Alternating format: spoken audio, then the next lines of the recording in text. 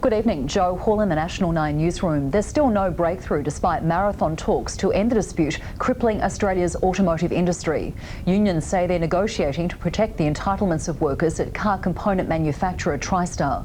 The talks are expected to continue until midnight. Melbourne's building sites face a mass walkout tomorrow after the death of a construction worker, the second in 4 days.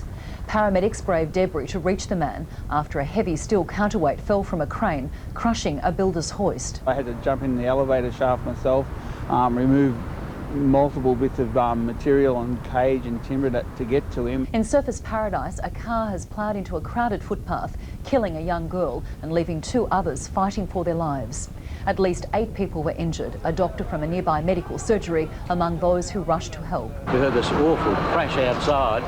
So right outside, this little girl was shaking to death, and I managed to resuscitate her. Millionaire balloon adventurer Steve Fawcett is floating high over Australia tonight on his 6th bid to fly solo around the world.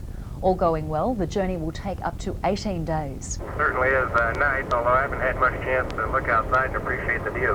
Just days after being released from hospital, the Queen Mother has celebrated her 101st birthday, soldiering on despite a slight stumble. But concern is growing for Princess Margaret, who appeared in a wheelchair after a series of strokes. Meanwhile, Governor-General Peter Hollingworth has turned his hand to carpentry as part of a campaign to help low-income earners buy their own home. In sport, Australia's cricketers are hoping to rub salt into the wounds after winning a record 7 Ashes series in a row.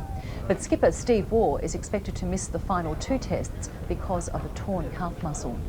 To the national weather now, and a fine start to the week in Sydney and Brisbane. Cloudy for Adelaide, wet and windy in Perth, but showers clearing for Melbourne. And that's all from the newsroom for now. Good night.